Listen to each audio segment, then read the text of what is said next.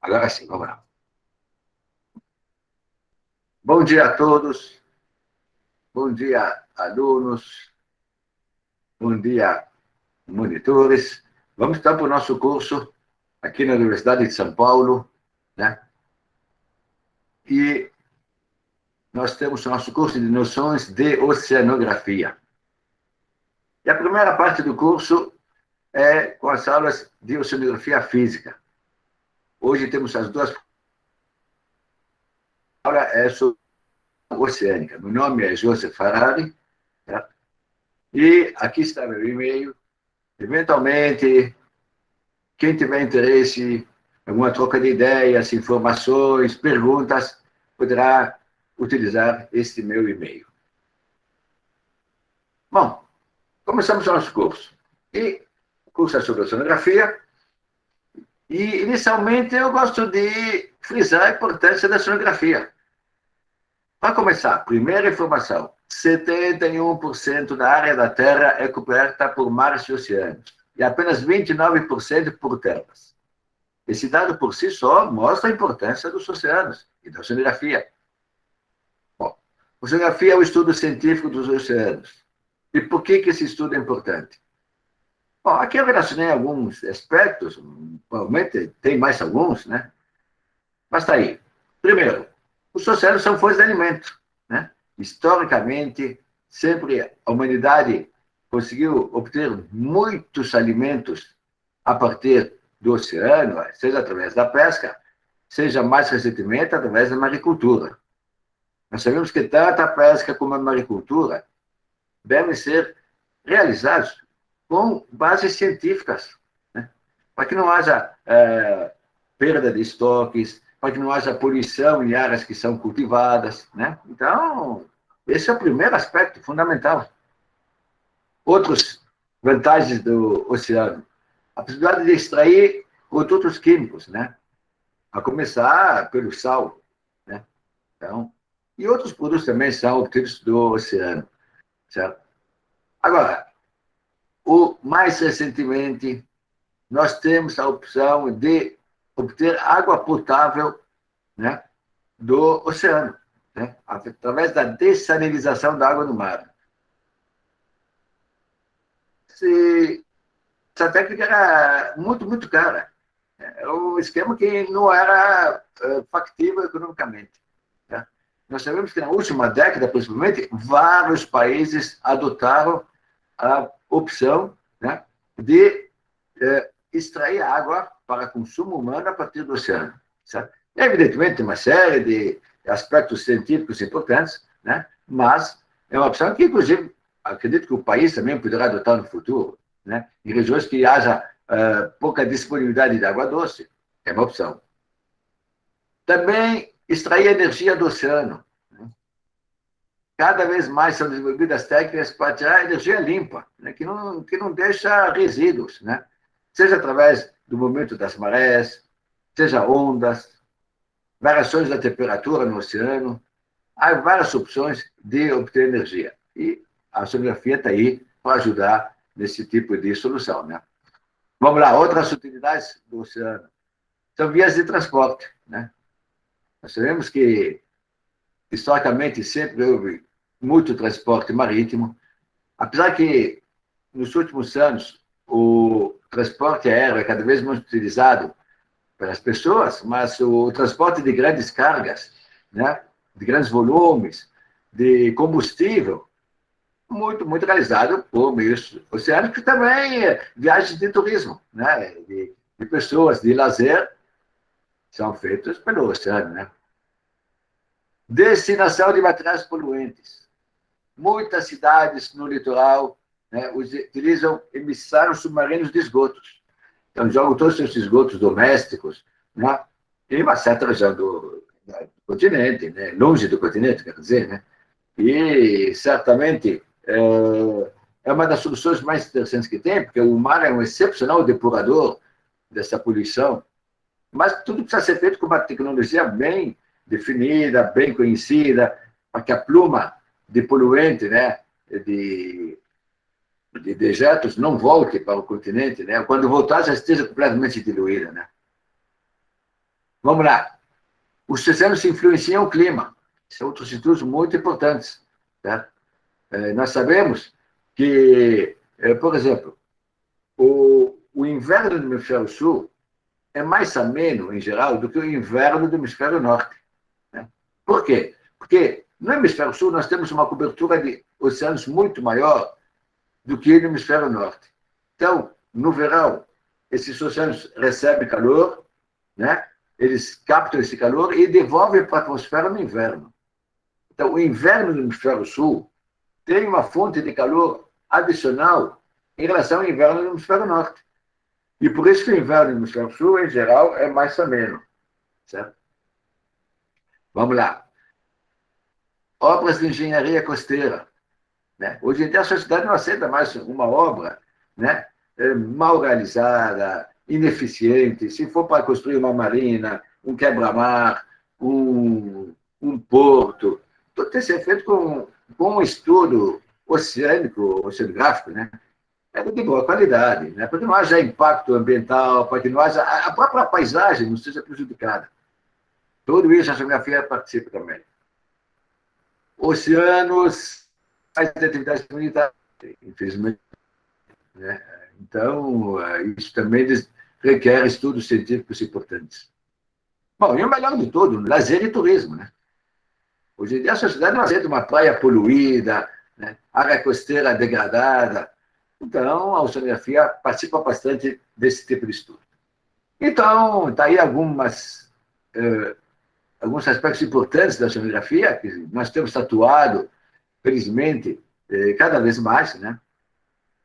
Bom, e aí, a oceanografia, como ciência, ela é dividida em 4 grandes áreas. Oceanografia física, oceanografia química, oceanografia geológica e oceanografia biológica. Né?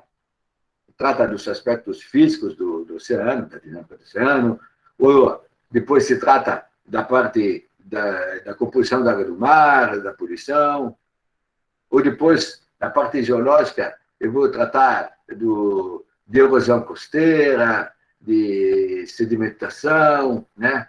Camadas abaixo do fundo. E a parte de biologia, né? Trata da vida no mar, as cadeias tróficas e tudo mais. Né? Bom, e nós devemos ter, então, também o nosso curso dividido nessas 4 grandes áreas. Né? Então, os meus 2 domingos são aulas de oceanografia física. Então, começamos hoje. Está aí, o nosso planeta Terra é uma projeção planar, né? Mostrando o hemisfério sul, uma cobertura de oceanos muito maior do que o hemisfério norte, responsável por ter um inverno mais ameno, né? No hemisfério sul do que no hemisfério norte. Né? Aqui o exemplo da extração de sal através de salineiras em áreas costeiras, em que haja muita evaporação.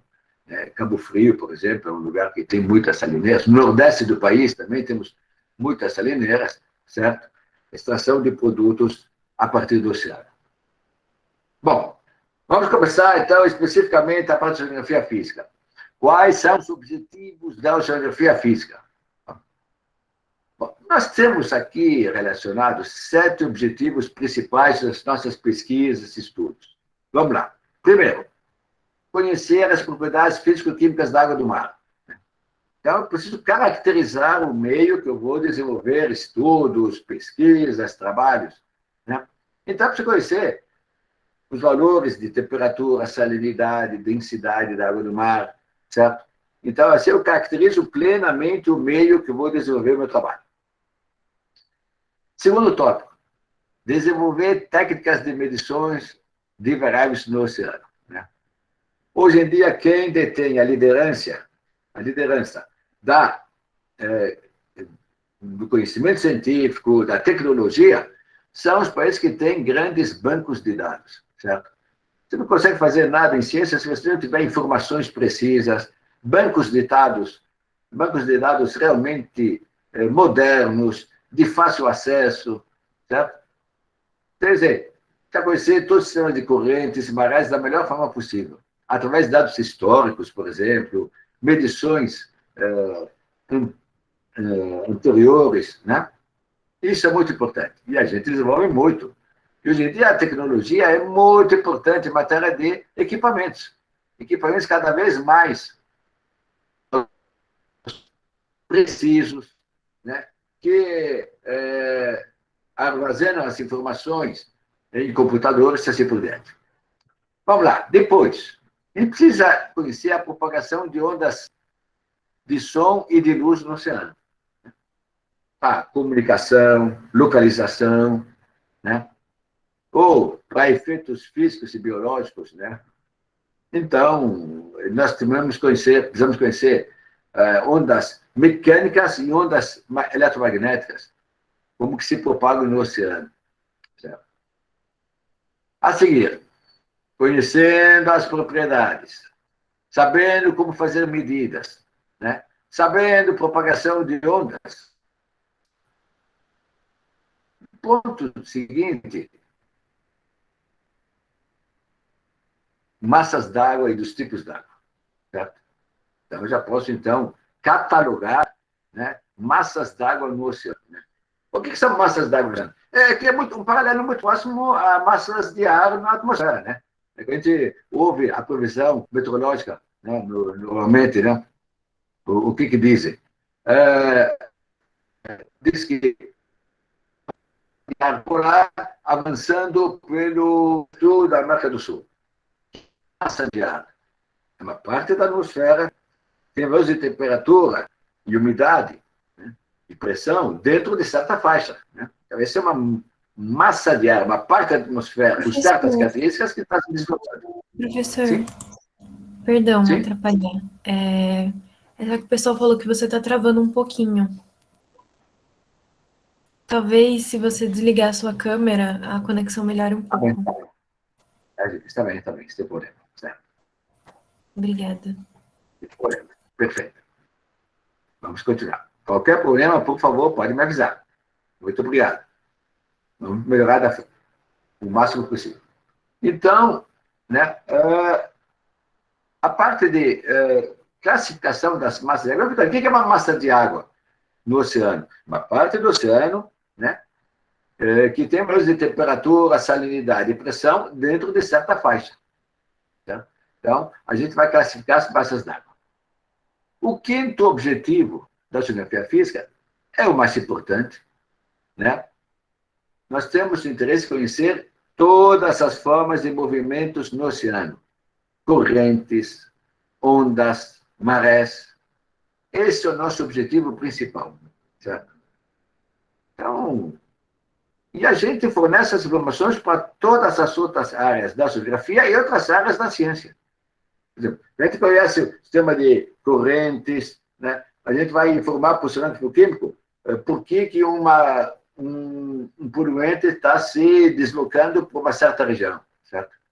A gente vai oferecer, informar para o cientista geólogo por que uma praia está sofrendo erosão. O sistema de correntes nessa região está provocando erosão. Certo? Ondas estão provocando erosão. Certo? A gente informa ao biólogo, por exemplo, que o sistema de correntes afeta o deslocamento, né, do fitoplâncton e assim por diante. Ou a gente informa o sistema de ondas para que o engenheiro possa construir um quebra-mar de boa qualidade. Né? O sistema de correntes é formado por engenheiro para que ele possa construir um emissário submarino numa distância correta da costa e seja operado corretamente. Enfim, esse é o nosso principal objetivo, conhecer todas as formas de movimento no oceano.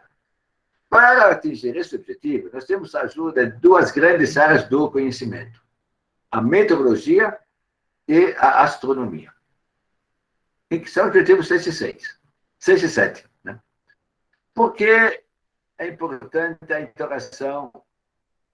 Porque a grande parte do comportamento do oceano ela é induzida pelas condições atmosféricas.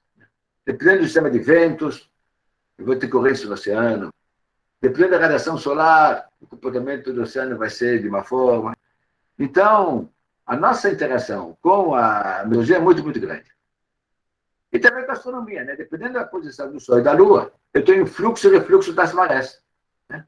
Então, o movimento do oceano, devido à força da atração gravitacional do Sol e da Lua, então, também é importante. É isso aí, pessoal. Esses são os objetivos da oceanografia física. Certo? Bom, vou voltar um pouquinho. E a minha ideia aqui nessa primeira aula é dar uma visão geral de cada um desses tópicos, né? Então, eu vou inicialmente mostrar para vocês, não de todos os tópicos, mas os principais, né? As principais propriedades físico-químicas da água do mar. Nós vamos discutir um pouco as propriedades, né? Depois vamos ver classificação de massas d'água e vamos ver aspectos do movimento no oceano. Esse que é o objetivo para ter uma visão geral da oceanografia física. Vocês devem ter mais 3 aulas, né, sobre esse assunto, certo? Oceanografia física. Então, vamos começar com as propriedades físico-químicas do mar. Aquilo que caracteriza plenamente o oceano. Primeira propriedade, temperatura. Né?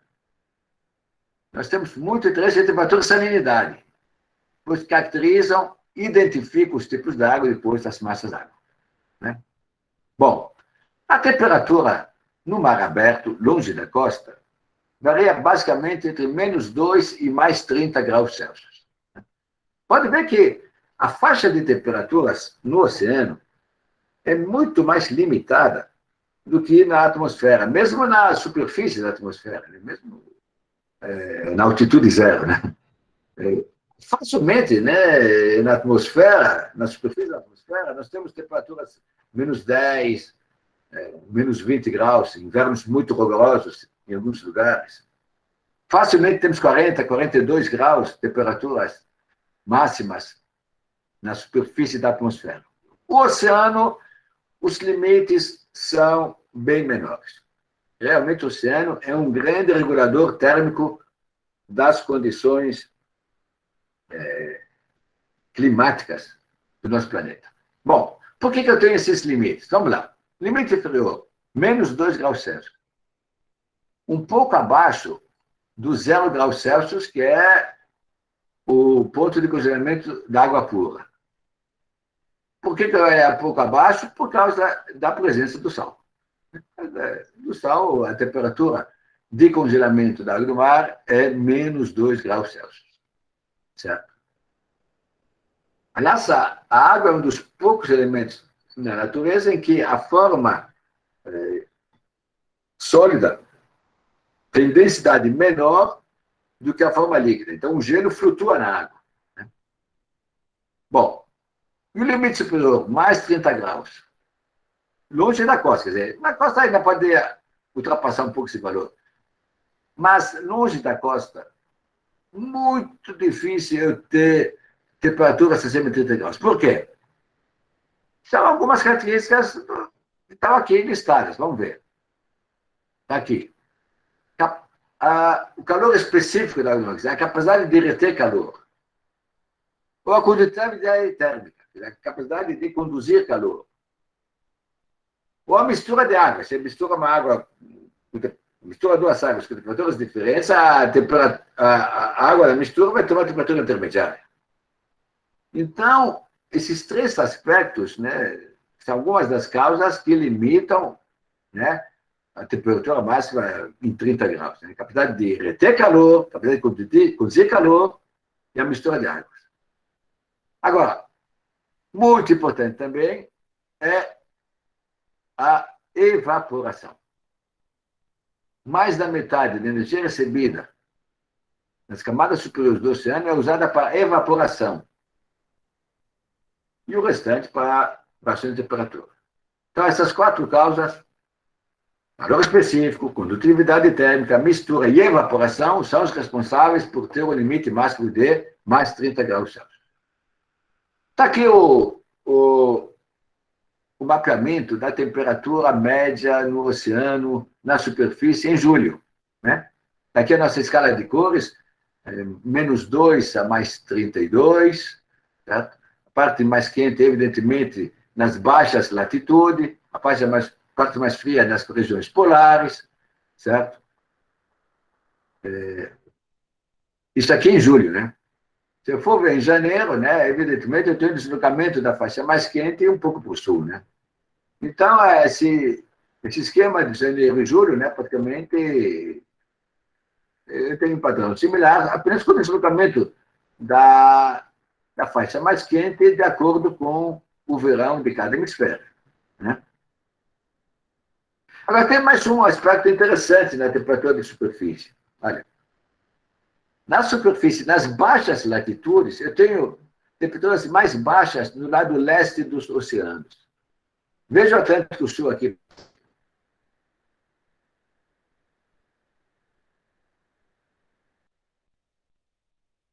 Uma latitude baixa, vermelho. A parte leste vai ter um pouco mais baixa. Veja o Pacífico Sul, né? Aqui no Peru, Equador, Chile, né?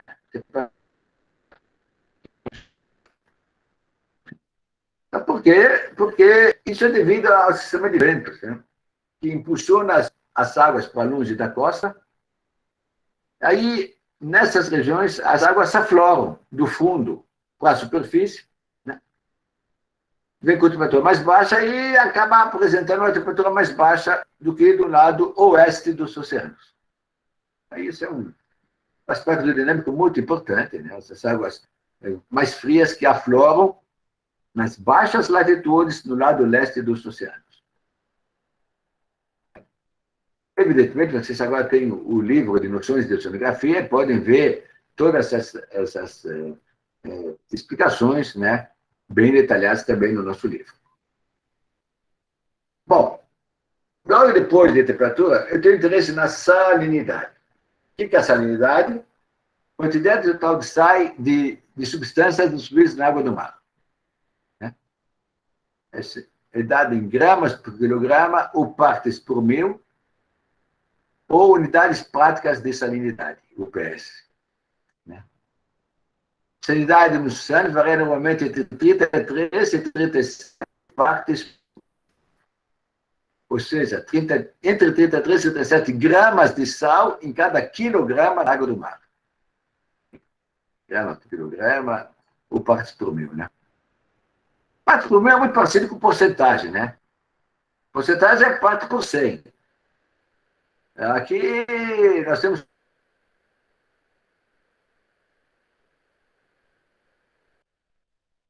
partes por mil, então tem um zerinho a mais.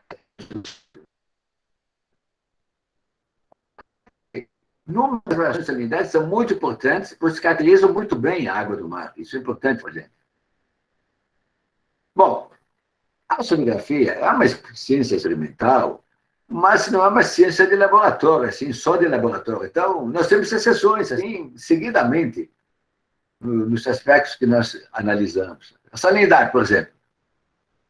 Tipicamente, entre 33 e 37 partes por mil. Até as salinidades muito, muito baixas, né? Por exemplo, em águas costeiras, né? Na foz de grandes rios, do Amazonas, por exemplo. Temperatura muito, muito mais baixa do que aquele limite inferior que eu forneci. Alguns mares isolados, Mar Báltico, por exemplo, 20 partes por mil. Sim? Desculpa, eu acho que você ainda está travando um pouco. Eu não sei o que O fazer. que eu posso fazer agora? Pensei, não sei, talvez você sair e voltar. Tá bom, posso fazer isso. Vou sair e voltar, tá bom, pessoal? Tá? Vamos lá.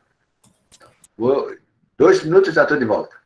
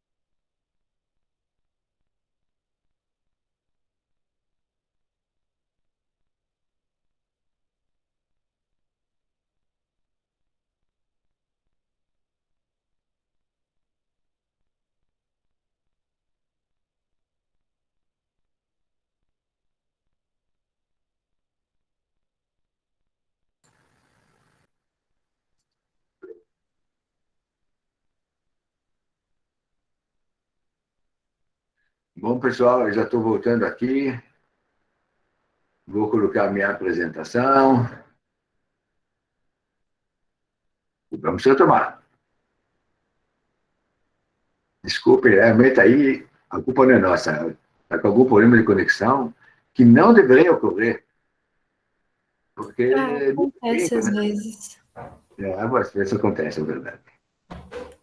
Professor, falaram Sim, que na hora que você travou, você estava falando sobre as porcentagens de salinidade. Se você puder repetir essa parte. perfeito, perfeito. Obrigada. Obrigado por avisar. Obrigado por avisar, porque é importante que a gente retome tudo e não haja perda, né? Posso começar então, certo? Vamos lá. Certo? Vamos lá. Então, a sanidade. Quanto é tal de substâncias divididas na água do mar? Né? Quantidade em grama por quilograma, ou partes por mil, ou unidades práticas de salinidade, UPS. Sanidade típica dos oceanos. Entre 33 e 37 gramas de sal em cada quilograma da água do mar. Ou 33 e 37 partes por mil. Né? Partes por mil é muito parecido com porcentagem. Né? Porcentagem é parte por 100. Aqui é partes por mil. Por isso que no símbolo eu tenho um zerinho a mais aqui na representação, né, matemática. Né? Bom, e também se pode dar em unidades práticas de salinidade. Né? Agora, a oceanografia é uma ciência experimental, né? E não é só condições de laboratório. Estou analisando ou determinando. Então, eu tenho, por exemplo, exceções do limite interior. Né? Na foz de grandes rios, como o Rio Amazonas, por exemplo, a salinidade é muito, muito mais baixa do que o limite inferior. Pode ter 20, 28 partes por mil. Alguns mares isolados, como o Mar Báltico, por exemplo, a salinidade também é muito, muito baixa. E tenho exceções na outra extremidade. Né? Por exemplo, lugares que a evaporação é muito, muito grande. Mediterrâneo, Mar Vermelho, são vizinhos do Saara. A água fica o sal. Né? Então, a salinidade é muito alta. 38, 39, 40 partes por mil. Certo? Bom, de fato, salinidade de superfície em áreas oceânicas é muito efetiva os fatores. Fração, né? Aumenta a salinidade. Evapora a água, fica sal. Então, aumenta a salinidade. A precipitação reduz a salinidade. Certo? Chove, né? Vem mais água e dissolve mais o sal. Bom, e as costeiras, só aspecto importante é a vazão de grandes rios ou a drenagem continental. Lugares que chove muito, por exemplo, também a água acaba indo na direção do oceano, né, e diminui a salinidade. Bom, vamos ver aqui a distribuição da salinidade no oceano e na superfície. Né? Aqui temos valores muito baixos nas regiões polares, 33,5, 34 e pouco, né? E há também muita população, né? E a salinidade tende a aumentar nas cidades menores, mas o máximo de salinidade não é no Equador, é a 20 graus de latitude norte-sul. No Atlântico é muito visível, 37,5, né? Que é por causa dos ventos. Os ventos atuam de uma forma muito eficiente, evaporando a água do mar. Salinidade. No Equador mesmo, tem mas também tem muita precipitação. Então, não é o máximo de salinidade. Superfície dos oceanos, valores médios anuais. Bom, aqui tem um exemplo da salinidade na superfície. Aqui, essa figura legal, ela ressalta o efeito dos grandes rios. Olha aqui o Amazonas. O Amazonas está com 20, né? Mas até 300 quilômetros da sua foz, ainda a salinidade é mais baixa do que 35. É abaixo de 35. América do Sul da Prata. Na África, Congo. Aqui temos o Mississippi, né, na América do Norte. E aí se mostra o Mediterrâneo, com uma salinidade muito alta. Aí, então, conhecemos a salinidade, mostrar a influência dos grandes rios também. Bom, vem temperatura, salinidade, vamos ver pressão. Né? Então, temos que lembrar que a pressão é o peso da coluna do fluido pela unidade de área. A superfície do oceano tem só a pressão atmosférica. Né? Então, o peso da coluna de ar por metro quadrado. Né? E no oceano vou ter a pressão atmosférica mais a pressão hidrostática, ou seja, o peso da coluna de água também. Bom, vamos ver aqui. Profundidade média dos oceanos, pertinho de 4 quilômetros. Elevação média dos continentes, quase 1 quilômetro. Profundidade máxima dos oceanos, mais que 11 quilômetros. Fossa de Mindanao, no Pacífico Oeste. Altitude máxima dos continentes, quase 9 quilômetros. Então, os oceanos têm mais profundidade do que os continentes têm altitude, tanto em termos de valores médios como valores extremos. Né? Bom, a pressão atmosférica é uma atmosfera ou 1.013 milibares, né? ou 1.013 hectopascal. Né? Bom, o que é interessante é assim, ó, a cada 10 metros que aumenta de profundidade, a pressão aumenta de uma atmosfera. Mais 10 metros, mais subatmosfera. Mais 10 metros, mais subatmosfera. Quer dizer, no fundo dos oceanos, em média, eu tenho uma pressão de 400 atmosferas. Lá na fossa do Mindanao, eu tenho uma pressão de 1.100 atmosferas. Né? Então, fantástico. Realmente, no oceano, eu tenho, às vezes, pressões, né, extremamente altas. Né? Isso é muito importante. Né? Quando a gente tem medições, quando a gente tem equipamentos que são usados em lugares muito profundos, eles têm que suportar pressões extremamente altas. Vamos lá. A última propriedade importante é a densidade da água do mar. Né? O que é a densidade? É massa pelo volume. Então, ele é dada em quilogramas por metro cúbico. No oceano aberto, na superfície, entre 1.020 e 1.030 quilogramas por metro cúbico, aproximadamente. Perto da costa, próximo a rios, às vezes um valor um pouco mais baixo do que esse 1.020, chegando pertinho da densidade da água pura, né, que é 1.000 quilogramas por metro cúbico, certo? Por outro lado, em grandes profundidades, devido à compressão, a densidade da água do mar pode aumentar muito, aumenta muito, né? Então, tem muita compressão, e aí a densidade pode atingir 1.050, até um pouco mais. Bom, então vemos as 4 principais propriedades que caracterizam plenamente as águas oceânicas: temperatura, salinidade, pressão e densidade. Bom, e vimos a partir da superfície, vamos falar um pouco sobre a estrutura vertical. E a mais importante é a temperatura.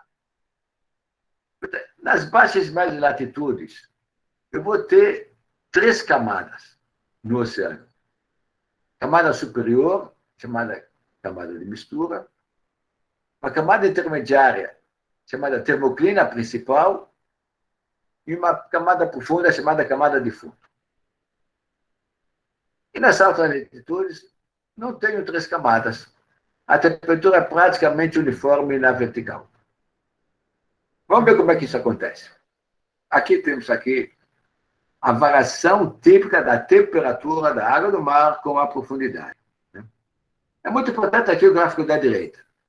nas baixas e médias latitudes. O que acontece? Tem 3 camadas, olha aqui. A primeira camada, nesse exemplo, temperatura 15 graus.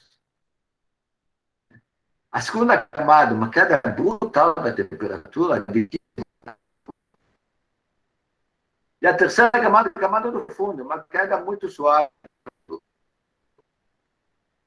Essa estrutura é muito importante. Para nós, na geografia, é realmente fundamental. Né? E o que acontece? Aqui é a camada de mistura praticamente igual da superfície da atmosfera, em contato com a atmosfera, né? E é uma temperatura muito homogênea, porque aqui tem muita turbulência, tem os ventos, ondas.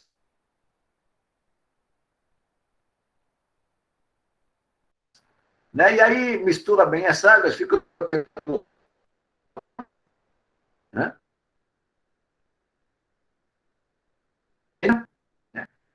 Os primeiros né? E a queda solar é essas águas. A temperatura até esses valores, né, começados. A partir de 500 metros, a radiação solar não consegue mais penetrar. Então,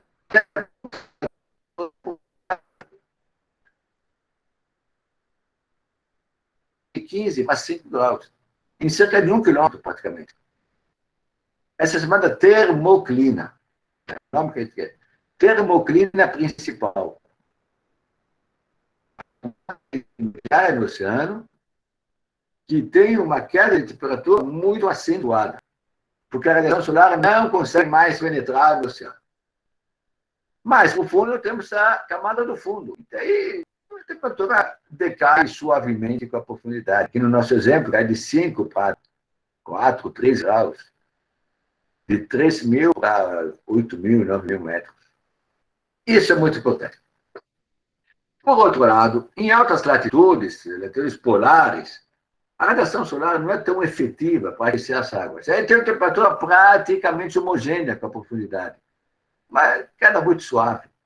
Sei lá, de 4 baixou para 2, na superfície até 8.000 metros de profundidade.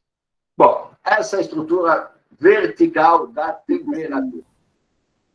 Professor, Sim? perdão, você pode explicar de novo o que é a termoclina? Eu acho que você travou nessa hora. Por favor. No último slide Vamos mesmo. Lá. Sim, vou voltar.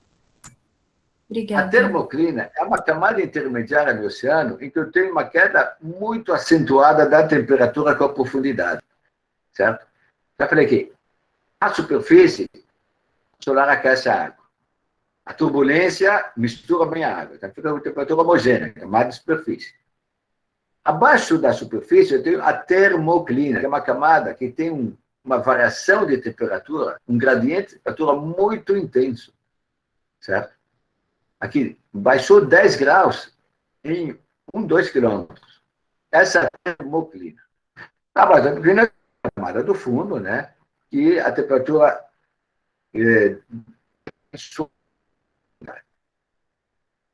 nas regiões polares não tenho essa estrutura de 3 camadas, praticamente águas homogêneas em termos de temperatura com a profundidade. Aí o nosso exemplo, uma queda muito suave da temperatura com a profundidade, nas altas latitudes. Bom, vamos voltar aqui para o nosso oceano planificado. Né? Vamos ver aqui no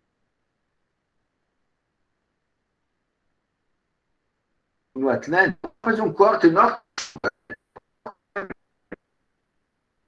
da Antártica até o América, da África, longe da Europa. Então, pelo meio do Oceano Atlântico, vou fazer um corte vertical.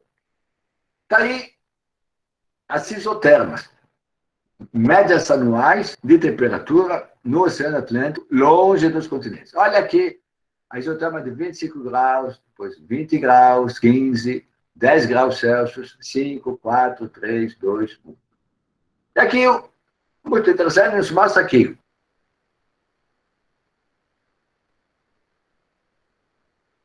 Temperaturas mais altas. Baixas latitudes e profundidades. Região equatorial até 300 a 300 metros. Né? Saindo das baixas latitudes, pequenas profundidades, o oceano tem temperatura muito homogênea, muito baixa. O resto é 5, 4, 3 graus. E fica por aí. Certo? Então, está aí um exemplo muito interessante sobre as variações da temperatura, né, com a latitude e com a profundidade. Certo? Lembrando que aqui eu estou um corte norte-sul, uma seção vertical do oceano, longe dos continentes. Realmente, em geografia, em muitas áreas da ciência, hoje precisa ter muita visualização gráfica. Né? Hoje em dia, a parte de visualização gráfica é fundamental em muitas áreas da ciência. Aqui estão as isolinas, né? Os valores de salinidade média anual, né? Naquele corte norte-sul do Atlântico. Né? Aqui o máximo na superfície, mas não no Equador. A 25 graus de latitude norte-sul. Certo? 36,5, 37. No Equador é um pouco mais baixo. Mas, de qualquer forma, onde que eu tenho salinidades muito elevadas? Nas baixas latitudes, e saindo daí, ó, tudo por 8, 4, 9, 35. Professor, Certo? Então, interessante. Sim? Então, o perdão, é oceano, que na eu acho que... verdade, tem que... Professor, Fala, Maria. eu acredito que Quer você repetir ainda uma esteja parte? travando. Aparentemente está travando bastante. Deixa eu ver, eu acho que eu tenho a aula do semestre passado, aquela que é baixada, sabe? Mas Será que eu sabe que, posso que transmitir? esse aqui está... Não, é que é uma pena, porque esse aqui tem o livro, o complemento do livro, e por causa do livro ela foi bastante alterada. Ah, entendi. Deixa eu ver. Eu vou fazer o seguinte, eu vou colocar o meu roteador do meu celular, talvez ajude. Tá bom, pessoal? Deixa eu ver aqui. Um minutinho só, turma. Realmente... Aqui, pelo que eu estou vendo, aqui está normal, mas eu acho que eu vou colocar um minutinho só. Vou buscar o meu celular e vou colocar o roteador. Meio minuto, pessoal.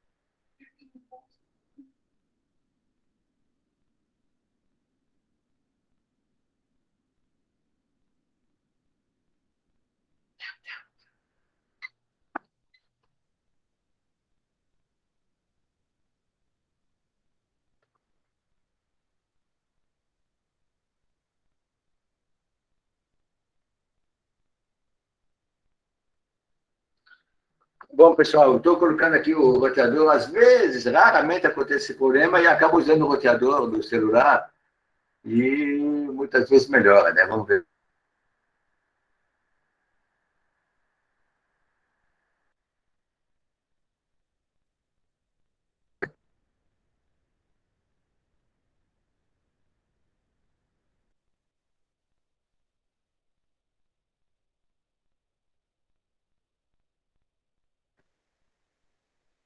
Desculpa, pessoal, mas provavelmente aí o problema da Vivo, que deu algum problema. Mas vamos lá. Maria, tá um pouquinho melhor agora? Tá sim, professor. Ai, perdão, meu Se computador. tiver mais problemas, por favor, me avise, tá bom? Realmente, vamos ver se vai melhorar agora, tá? Um minuto só.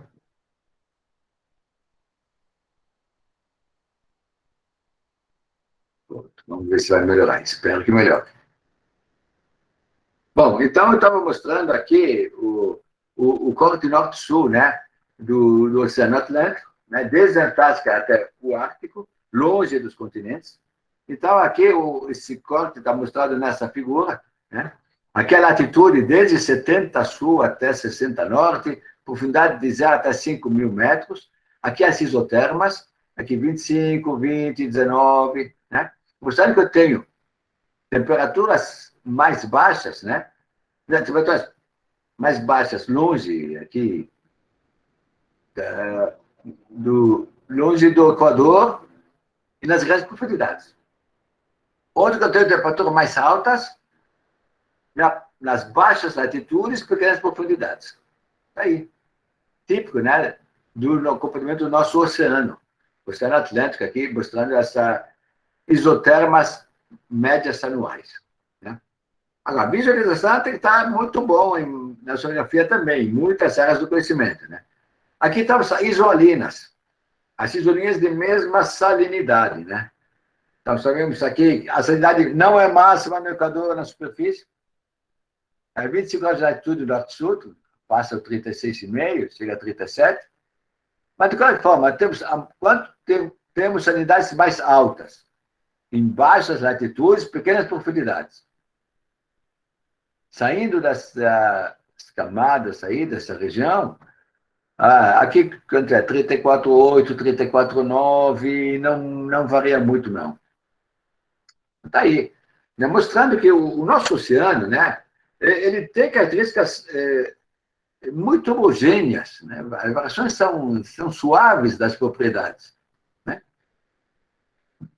Principalmente longe do Equador e das baixas profundidades e longe das áreas costeiras. Bom, outro aspecto importante é o padrão vertical de densidade, né? Que, na verdade, ele é similar, mas espelhado em relação à temperatura. Né? Então, o que acontece? Vamos ver aqui o gráfico de densidade da água do mar em função da profundidade. Tá aqui no eixo horizontal, densidade, 1023, 1024, 1025, até 1028, né? Aqui, profundidade 0, 1.000, 2.000, até 4.000 metros. Então, nas baixas e médias latitudes, eu tenho 3 camadas. Só que aqui eu tenho a densidade mínima na superfície, camada de superfície. Depois eu tenho a picnoclina, que é a camada de grande aumento da densidade, com a profundidade. E depois a camada do fundo. Né? E nas altas latitudes, eu tenho uma variação suave da densidade aumentando com a profundidade. Certo? Então, nós vemos que a densidade é fortemente correlacionada com a temperatura em áreas oceânicas, mas de uma forma espelhada. Né? Onde eu tenho o máximo de temperatura, eu tenho o mínimo de densidade. E vice-versa. Bom, com isso, então, nós entendemos razoavelmente as 4 principais propriedades: né? Salinidade, temperatura, pressão e densidade, e o que é mais importante, como que varia a temperatura e densidade das águas oceânicas com a profundidade. Bom, ponto seguinte, vamos para massas d'água.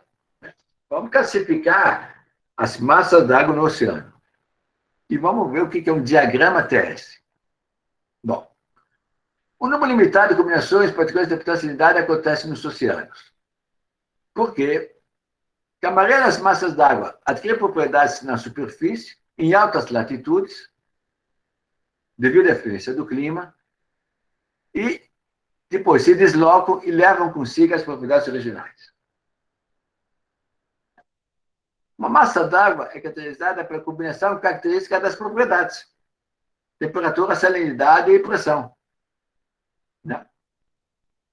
Eu não posso conhecer uma massa d'água somente pela densidade. Eu tenho que ter temperatura, salinidade e pressão. Vamos lá. E como é que a gente determina as massas d'água? Através do diagrama TS, que é um gráfico de temperatura contra salinidade. Um ponto de diagrama TS é um tipo d'água e uma curva é uma massa d'água. Então, vou ter uma curva contínua de nível de potabilidade numa certa região, né?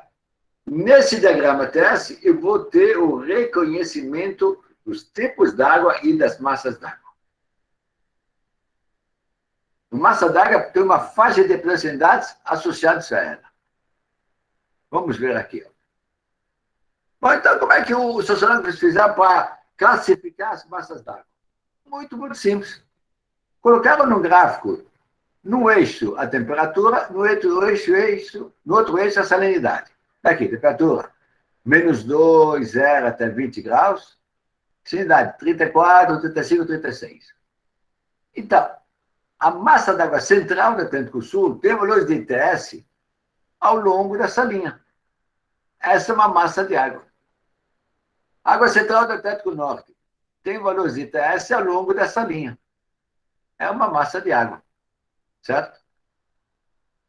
Agora, algumas águas você tem valores, pressões de temperatura muito, muito baixos. A água antártica de fundo aqui, ó.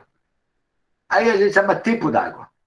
Tem um ponto só, é chamado tipo d'água. Quando tem uma linha contínua, é chamada massa de água. Aí, uma forma muito simples, muito inteligente, dos oceanógrafos classificarem as massas de água nos oceanos. Elas têm uma assinatura, a gente chama uma assinatura no diagrama TS. O que é o diagrama TS? Um gráfico em que no eixo eu coloquei a temperatura, no outro eixo eu coloquei a salinidade. Muito, muito simples. Vocês têm aí na vossa apostila, né, a classificação das massas d'água, as mais importantes, no Oceano Atlântico. Né?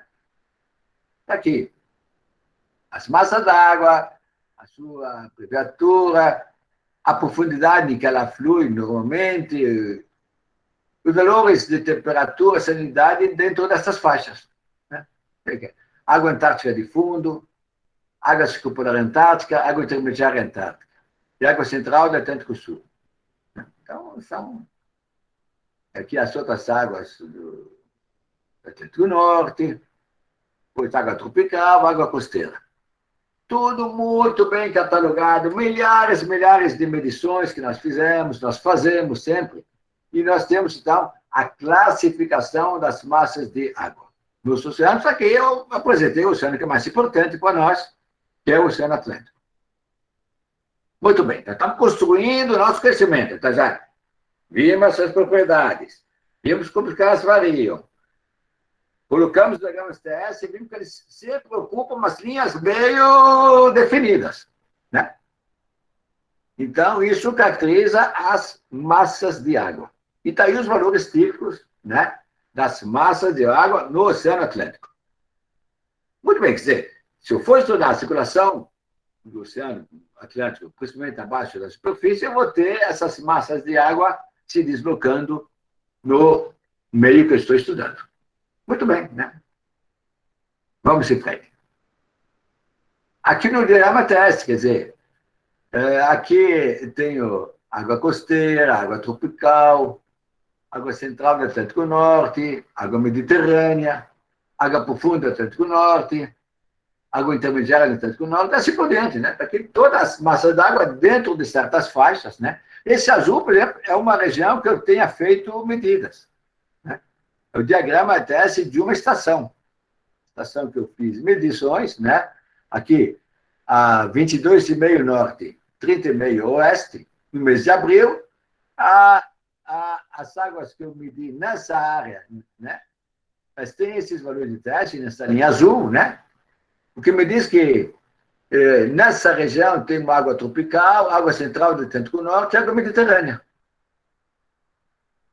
Aqui, nessa região aqui, 22,5 sul, 30,5 oeste, né, fiz medições no mês de abril, e estão nessa linha azul, então, o que digo, nessa área, nesse mês, eu tenho água tropical, água central do Atlântico Sul, água intermediária antártica. Aí, consigo reconhecer plenamente as massas d'água que estão numa região, numa certa época do ano. Muito bom. Isso vai ser muito importante para a oceanografia. Vamos lá. Então, vamos para mais um tópico da nossa aula, que vê aspectos gerais da circulação oceânica. Certo? E Vamos lembrar que há 5 formas principais de geração de correntes oceânicas. A primeira é chamada efeitos termalinos. Vai mostrar alguns gráficos que vão aclarar mais do que o texto que nós temos aqui no slide. Bom, vamos começar. Essa figura aqui, né, mostra a radiação solar recebida pelo planeta Terra em diferentes latitudes. E esse gráfico aqui eu considero o mais importante figura da oceanografia e meteorologia. O que ela nos mostra? Olha o seguinte. A mesma quantidade de radiação é recebida na Terra, seja na parte equatorial, seja na parte polar. Porém, na área equatorial, essa radiação se espalha numa área pequena e na área polar se espalha numa área grande. Por quê? Porque a Terra é uma esfera e o eixo de rotação é inclinado em relação ao plano Terra-Sol. Devido a esses dois aspectos, que a Terra é uma esfera e o seu eixo de rotação é inclinado em relação ao plano Terra-Sol, né, a quantidade de radiação recebida por metro quadrado é maior na parte equatorial do que a parte polar. Então, a parte equatorial se aquece mais, né? Então ela recebe, né, esse calor, e até aquela estrutura de temperatura, né? Temperatura mais alta na superfície, depois tem uma termoclina. Enquanto que na alta latitude não consigo aquecer muito as águas. Essa figura é fundamental. Isso também gera os ventos na atmosfera, né? Devido à radiação diferencial que o planeta Terra recebe entre a parte equatorial e a parte polar. Vamos lá. Então, outra vez o corte norte-sul. Aqui é 60 graus norte, aqui o Equador, 60 graus sul. Aqui é profundidade 0, 1.000, 2.000 até 4.000, 5.000 metros de profundidade. Muito bem. Vamos fixar aqui, atenção, na alta latitude. Certo? Aqui na região polar, na Antártica. Certo? Temperatura da atmosfera muito baixa. Temperatura do oceano muito baixa. Temperatura baixa significa o quê? Densidade alta. Então, densidade alta, a água afunda, vai pelo fundo da direção do Equador. Na parte polar, eu não vou ter um buraco de água. O que vai ter? A água vai fluir do Equador para o polo. E vai tender a aflorar no Equador. Então, aqui tem uma célula, né, em que a água flui, né, de uma forma praticamente permanente, né? Afunda no polo, vai pelo fundo na direção do Equador, aflora no Equador e na superfície vai para o polo. Essas células, tem uma célula em cada hemisfério, atuando de uma forma praticamente permanente. Se quer de maneira que é a parte térmica. Onde que eu tenho a máxima salinidade? A 20 graus de latitude norte-sul. Então, se depender só da salinidade, é a água que eu tenho mais densa. Então, a salinidade é muito grande aqui, a densidade aumenta, então a água afunda. Só que aqui eu tenho 2 células por hemisfério. Quando chega no fundo, parte vai para o Equador, parte vai para o polo. Aflora no Equador e aflora no polo. E na superfície, as águas tendem a se mover para as latitudes de 25 graus norte e sul. Então, aqui eu tenho a formação de 2 células na parte hialina por hemisfério. E essas células atuam de uma forma praticamente permanente. Só que a parte hialina não é tão forte que nem a parte térmica. A parte térmica realmente é preponderante. Então, a parte térmica é muito forte, certo? Então, as águas afundam na região polar, né? Vão pelo fundo para o Equador, afloram no Equador e tendem a ir na superfície na direção do polo. Essa é a situação do hialina. A primeira forma de geração de corrente no oceano, totalmente ligada aqui à parte de temperatura, salinidade e densidade, dependendo muito das propriedades. Muito bem. Bom, essa situação de maneira também pode acontecer em escala pequena, né? Não é só em escala hemisférica. Né? Por exemplo, aqui vamos ver um rio Amazonas, uma descarga fluvial muito grande, né? também a descarga fluvial, vai pela superfície para o mar aberto, e água salina, né, vem do oceano na direção do continente e vou ter uma célula aqui formando, né, uma célula. Essa aqui é uma parcelina, em pequena escala, né? Aqui na apostila vocês têm também, né, mostra novamente nossa figura superior no estuário, né? Então, tendo um rio importante, a água flui na direção do oceano aberto e pelo fundo a água vem do oceano aberto, né? E vai aflorar e aqui então vai ter uma célula. O Oceano Mediterrâneo também acontece isso. A água do Oceano Mediterrâneo é muito, muito salina, salinidade muito alta, então ela afunda, vai em direção do Atlântico, né, passando pelo Estreito de Gibraltar, né? E a água do Atlântico, que é menos salina, adentra o Mediterrâneo, pelo Estreito de Gibraltar, né? Então aqui tem também uma célula alina. Bom, a mais importante é essa célula térmica aqui, né? Essa célula térmica em grande escala, né? É muito importante, né? É mais importante. Mas eu posso ter a parte da situação alina em grande escala, ou no estuário, ou no Mediterrâneo. Aí, vários exemplos. Então, a primeira forma de geração do preço no oceano é devido à variação de densidade induzida por variações de temperatura e ou salinidade. A segunda forma é a geração de correntes pelo vento. O vento sopra, ele impulsiona as correntes. Mas aqui não tem afundamento. Então, são lâminas de água que fluem uma sobre a outra, né? Aqui nesse exemplo. No hemisfério sul, aqui o vento, aqui a corrente na superfície, aí ela impulsiona a corrente abaixo a 20 metros, impulsiona a corrente a 40, impulsiona a corrente a 60.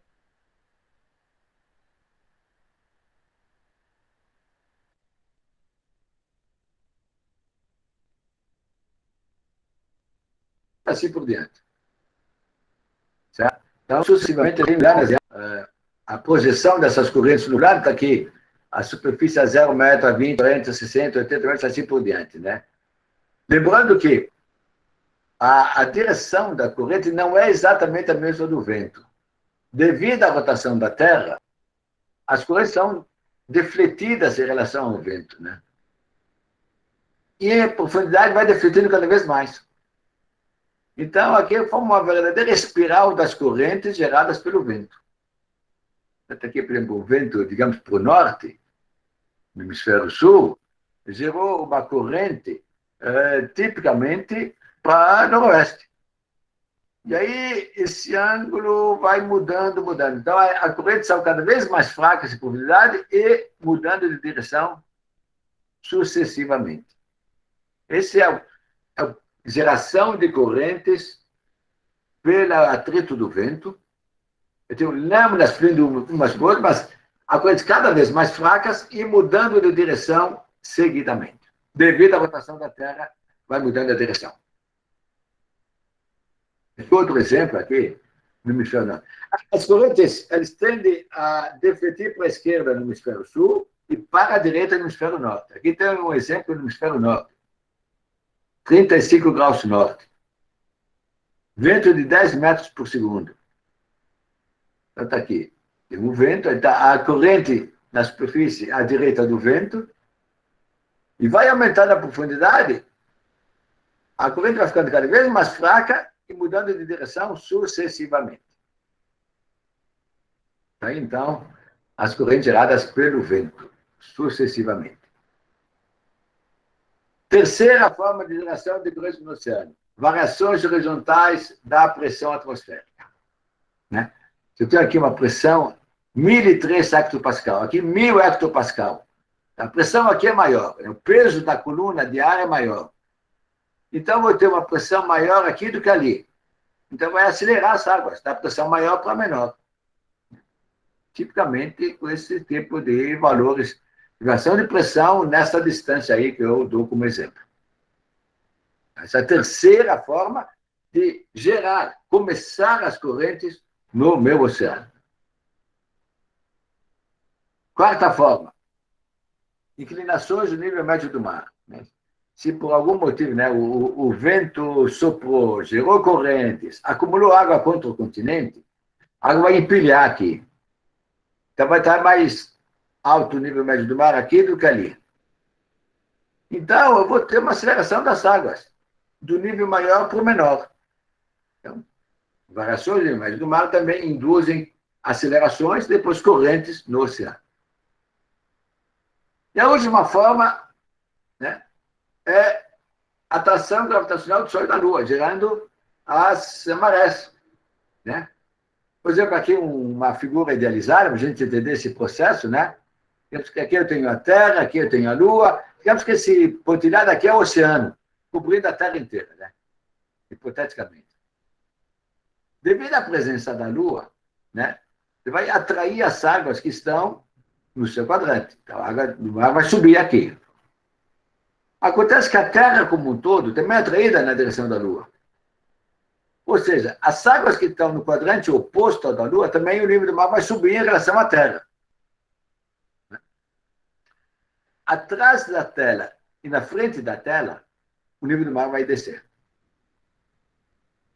Como a Terra gira, né, em 24 horas, ela dá uma volta completa em torno do seu eixo de rotação, o nível do mar vai subir, descer.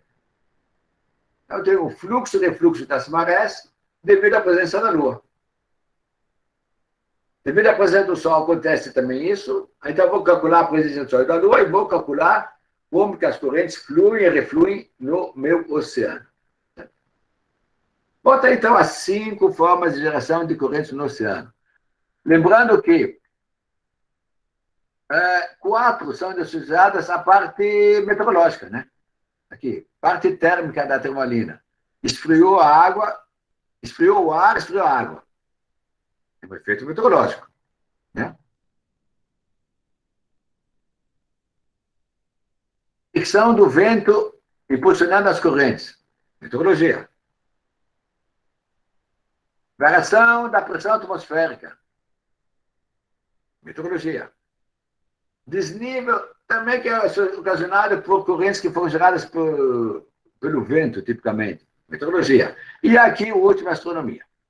Aí mostrando a importância da meteorologia e astronomia, né, na dinâmica do oceano.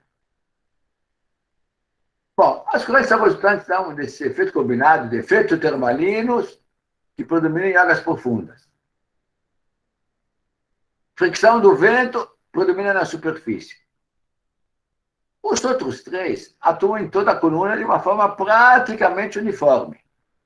Gradiente de pH, inclinação da superfície e influências astronômicas. Bom, esses efeitos, eles são influências, são os que começam, os que geram correntes no oceano, é que começa a mover as águas na forma de correntes.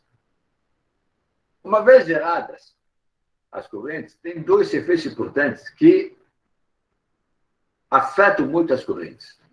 Um é a força de Coriolis, devido à rotação da Terra, e outro efeito de continuidade. A continuidade é simples. Né? Você tem a corrente fluindo na direção de uma ilha. Aí ela vai contornar a ilha e vai continuar a fluir. Então, isso a gente chama de efeito de continuidade. É uma alteração das correntes por continuidade, não vai ter uma grande continuidade. Depois a corrente para, sinal vermelho. Isso não existe no oceano. Então, por continuidade, a corrente é alterada, é modificada, ela contorna uma ilha e continua o seu fluxo. Certo? Então, está aí os 2 efeitos importantes. Né? Então, tem uma geração e alteração das correntes, gerando os grandes sistemas de circulação. Né? Está aqui um slide que mostra o efeito da rotação da Terra, a gente chama efeito da força de Coriolis, né? Sempre defleta as correntes para a direita no hemisfério norte e para a esquerda no hemisfério sul. Sempre para a direita no hemisfério norte e para a esquerda no hemisfério sul. Bom, nós temos geração, modificação, mas também tem atenuação das correntes. O que atenua as correntes? O atrito. O atrito gera correntes até. O vento é um efeito de atrito, mas também o atrito no oceano ele atenua as correntes. Principalmente o atrito com o fundo do mar. Quer dizer, a corrente do mar roçando o fundo do mar, né? Tem uma fricção e ele vai brecar as correntes, esse atrito vai eliminar as correntes. Mas também, olha, ao longo da coluna d'água, uma coluna se move, a outra embaixo tem um movimento com intensidade menor, então vai ter atrito entre as camadas. Ou fricção lateral, aqui se move. Na mesma profundidade, a água vizinha não se move, eu tenho atrito. Então, vou ter também uma forma de fricção e atenuação do movimento.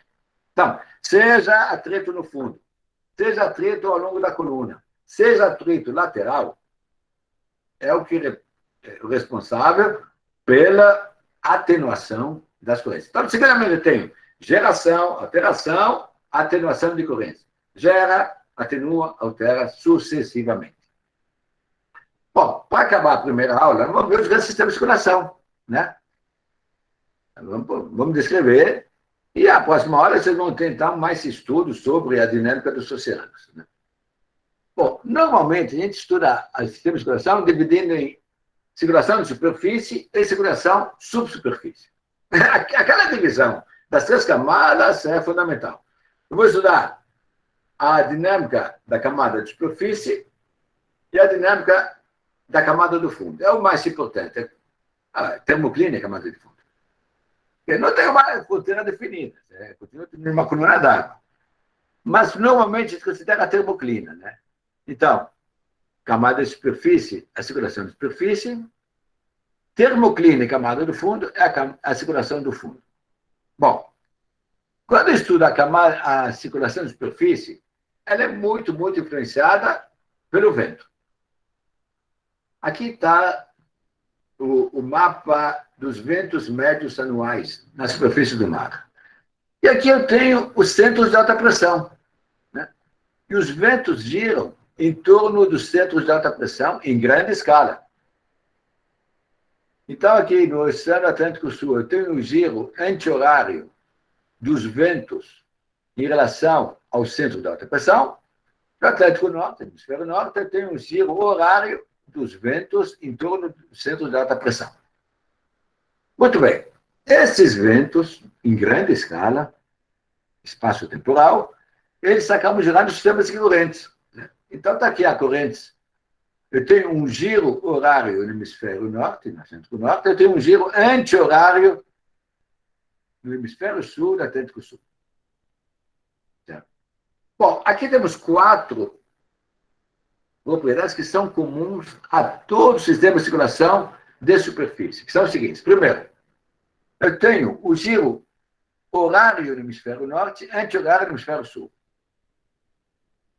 Segundo, eu tenho correntes fortes e concentradas no lado oeste, fracas e espalhadas no lado leste dos oceanos. Então, margeando a América do Norte e a América do Sul, eu tenho correntes fortes e concentradas. Olha, corrente do Golfo, muito forte e muito concentrada, numa faixa pequena. Provavelmente a corrente mais intensa do mundo oceânico. Corrente do Brasil, muito intensa. Por outro lado, margeando a Europa e a África, corrente das Canárias, fraca e espalhada. Margeando a África do Sul, corrente de Benguela, fraca e espalhada. Terceira propriedade, separando os giros do hemisfério norte e do hemisfério sul, temos a contracorrente equatorial sempre para leste. Sempre para leste. Equatorial contracorrente, sempre para leste. Separando os dois giros. E, finalmente, nas regiões polares, nós temos giros em sentidos opostos aos giros subtropicais. Mas que ocupam áreas muito, muito menores. Então, essas 4 propriedades, elas são realmente típicas, características do mundo oceânico. Certo? E realmente prevalecem, né? Eu vou repetir. Giro. Horário no hemisfério norte e anti-horário no hemisfério sul. Segundo, correntes fortes concentradas no lado oeste, fracas espalhadas no lado leste. Terceiro, Separando os giros subtropicais, temos a corrente contra-equatorial para leste. E, finalmente, os giros polares são opostos, no sentido oposto, aos giros subtropicais. Bom, essas probabilidades realmente prevalecem. Aqui, o frisa o Atlântico, que é o mais importante oceano, né, para nós, no Brasil, né? Então, está aqui, ó. Olha o giro do hemisfério norte. Corrente do Golfo, forte e concentrada. Depois, corrente do Atlântico Norte, corrente do Labrador. Depois, aqui, corrente das Canárias, fraca e espalhada. Depois, corrente norte equatorial, fechando o giro. Então, está aqui o giro do hemisfério norte, Atlântico Norte. Vamos ver aqui o Atlântico Sul. Corrente do Brasil, forte e concentrada. Corrente de deriva vento-oeste. Pois, corrente de Bengala, fraca e espalhada. Corrente sul-equatorial, fechando o giro. Aqui, a contra-corrente equatorial flui para leste, separando os giros. E nas regiões polares temos giros de pequena extensão, mas no sentido oposto aos giros subtropicais. Bom, acontece que o Oceano Atlântico ele tem mais duas características muito, muito interessantes, que são muito particulares. Essas quatro só valem para tudo. Vale para o Atlântico, Pacífico e Índico.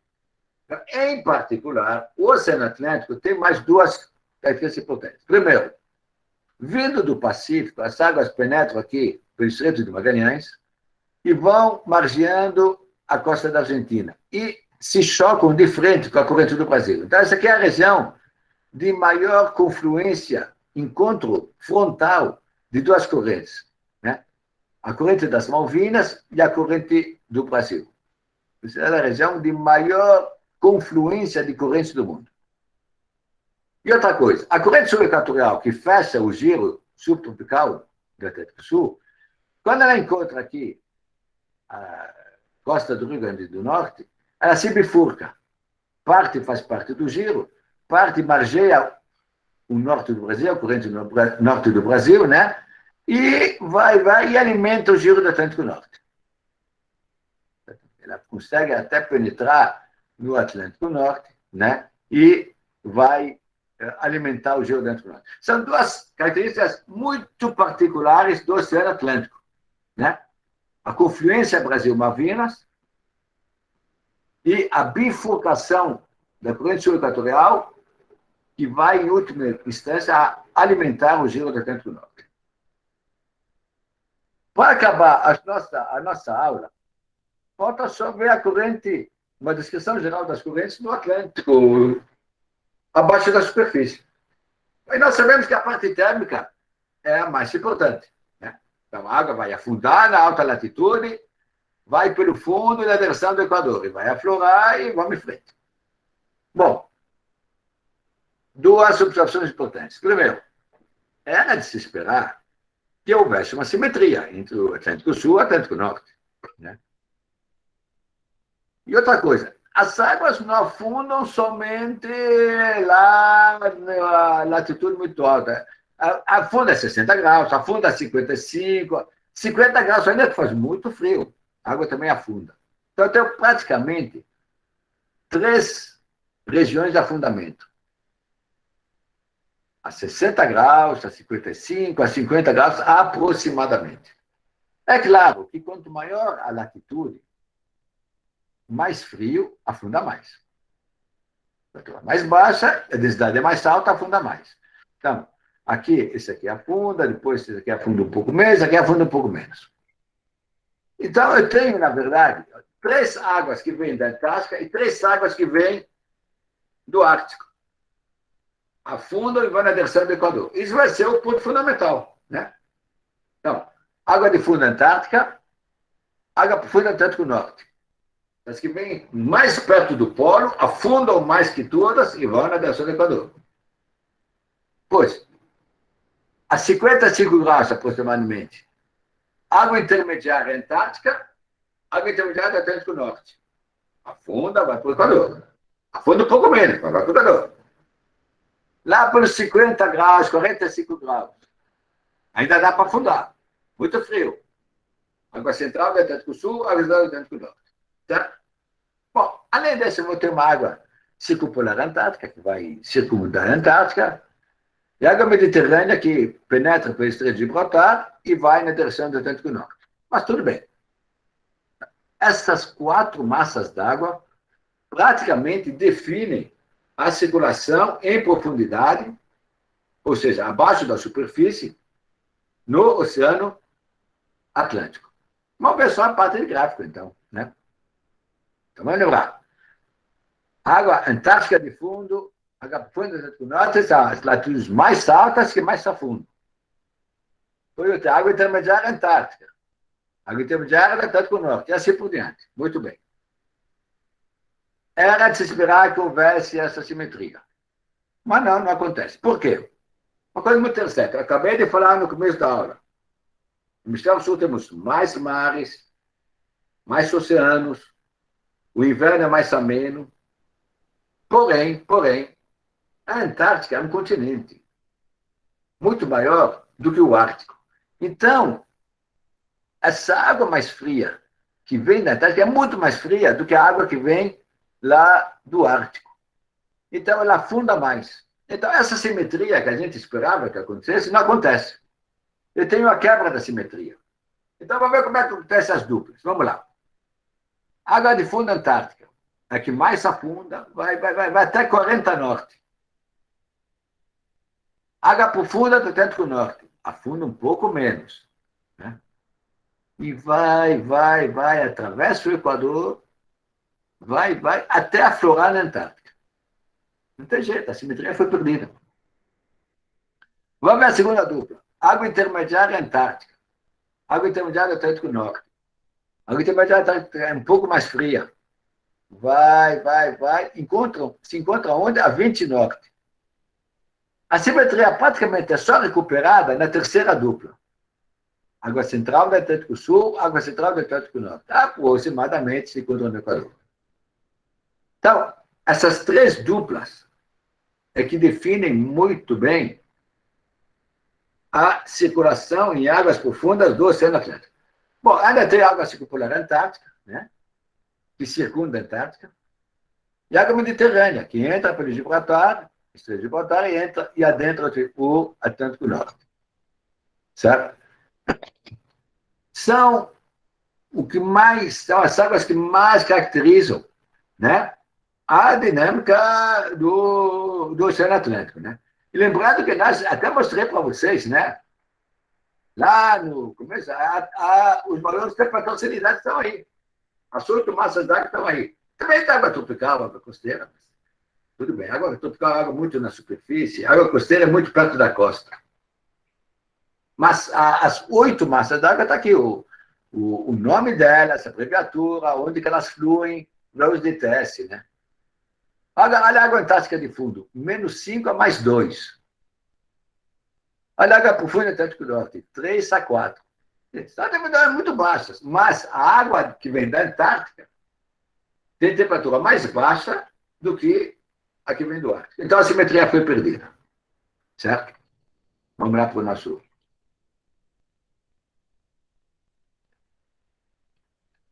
Então vale isso daqui.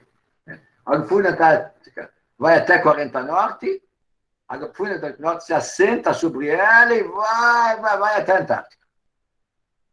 Águas intermediárias se encontram a 20 norte, e a simetria só é recuperada na água central, praticamente. Bom, para acabar a nossa aula, então, em frente à costa brasileira, costa sul-sudeste do Brasil. Né? Então, tenho 4 fluxos de água que vão se alternando. Vamos começar do fundo. Vamos lá. Água de fundo Antártica. Afundou na Antártica, a mais densa, vai na direção do Equador. A contrapartida dela, que conseguiu atravessar o Equador, água profunda do Atlântico Norte, vai na direção do Polo Sul. O segundo grande fundamento, água intermediária Antártica, vai na direção do Equador. Água central do Atlântico Sul, vai na direção do Equador. Água tropical, mais ou menos ligada também à corrente do Brasil, à corrente de superfície, e vai do Equador para o Polo. Tanto que temos 4 fluxos se alternando, né? Água de fundo da Antártica vai para o Equador, a PAN vai para o polo. E temos já a Antártica, vai para o Equador, junto com a Acas, água tropical, coisa do Brasil, vai para o polo. Isso tem implicações muito importantes na parte de biologia, os seres vivos e assim por diante. Bom, então está aí, esse que foi apresentado é basicamente o que está no nosso livro, né? O capítulo 7 do nosso livro, né? É o que foi apresentado, vocês podem baixar o livro gratuitamente, certo? Para encerrar, para finalizar, só gostaria de apresentar só mais 2 figuras tradicionais. Aqui é o que se mais trabalha hoje em dia, em matéria de pesquisa, né? Que é sobre o acoplamento da circulação de superfície e de fundo em termos de volume. Então, veja aqui, olha a circulação de superfície no Atlântico Sul. Então, tem aqui a corrente de Benguela, a corrente sul equatorial, se bifurca. Grande volume vai para o hemisfério norte, tem a corrente do Golfo, as águas se afundam, não afundam tanto assim, vão na direção do Equador, passam o Equador e afloram praticamente aqui na parte da Antártica. Então, esse aqui, os volumes mais preponderantes que nós temos, né, acabam formando uma célula de desenvolvimento regional, acoplando os transportes de volume da superfície e do fundo. A superfície aí tem setas vermelhas, a do fundo tem setas azuis. E para acabar a nossa aula, eu dei muita ênfase à parte da circulação média de superfície, em grande escala, mas aqui temos que lembrar que temos efeitos astronômicos em pequena escala.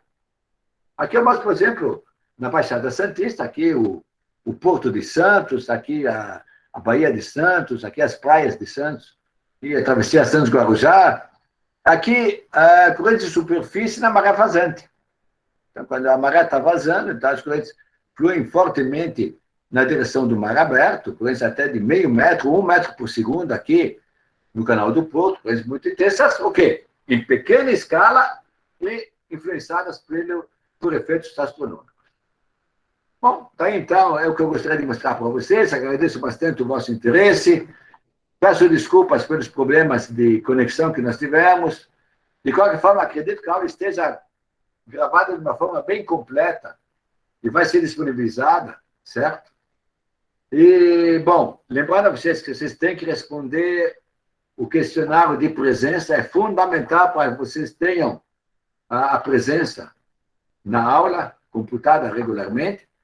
E estou aberto, então, para as vossas questões. Alguma questão, algum... Vamos lá. Ai, tá me ouvindo, professor? Sim. A sua conexão melhorou bastante depois que você Que bom. Poxa, eu devia ter feito isso antes, que pena. Pena que não fiz antes. Mas espero que tenham conseguido ver a apresentação razoavelmente, né? Bom, mas tem a gravação, pessoal. Tem a gravação e um pouquinho de paciência para rever, vamos ver a parte inicial também, vai resolver. Tem algumas perguntas no slide, posso ler para você? Por favor, pode ser, Maria? Por favor. A primeira pergunta é: qual a diferença entre oceanografia e oceanologia? Ah, legal. Não há diferença. Alguns cientistas resolveram adotar a nomenclatura oceanografia, outros oceanologia, mas são absolutamente equivalentes. Não há diferença, não. Tá bom? É o conhecimento, o estudo científico do oceano. Isso. Tanto um como o outro. Sim? Sim. Tem uma pergunta aqui da Cíntia. Ela perguntou: professor, como a extração de petróleo dos oceanos e o trânsito de submarinos interferem nas correntes marinhas? Desculpa, como é que é a pergunta? Como a extração de petróleo no oceano e o trânsito de submarinos interferem nas correntes marinhas? Boa pergunta. Como a extração de petróleo e os submarinos afetam as correntes marítimas? Não afetam. As correntes marítimas são um padrão, o efeito realmente de grande escala, espaço-temporal, e elas são realmente preponderantes. Quer dizer, os navios, submarinos, plataformas de petróleo não afetam a circulação marítima. Agora, essa pergunta é muito, muito boa, porque, vejam bem, por outro lado, em algumas regiões costeiras, certo? Em algumas regiões costeiras, o homem pode construir algumas estruturas que, eventualmente, elas redirecionam as correntes. Por exemplo, você pode construir um quebra-mar, então ela redireciona a corrente, ou você tem uma área que está sendo muito, muito erodida, então eles fazem uma construção de proteção a uma área em que as correntes estão erodindo muito e praticamente prejudicando muito a existência de uma praia. Então, aí realmente são alguns poucos casos em que o homem faz algumas construções que afetam o sistema de corrente numa escala muito pequena. Você vai proteger uma praia, vai proteger um porto, mas navio, plataforma de petróleo, não afeta não. Tá bom? Certo. Mais alguma pergunta? A Camila perguntou se o material que você utilizou para apresentar a aula vai ser disponibilizado. Acho que ela quis dizer os slides. Mas olha, ele tá. Tem a gravação da aula que vai ser disponibilizada a partir de amanhã, e tem o livro, quer dizer, está tudo lá, está tudo lá. Está tudo, inclusive, mais estendido, tá bom? Tá certo. Por favor, baixe o livro é muito legal, e grande parte do curso está no livro que foi disponibilizado, que eu passei para vocês o site, também vocês podem acessar com muita facilidade. O Matheus fez a seguinte pergunta.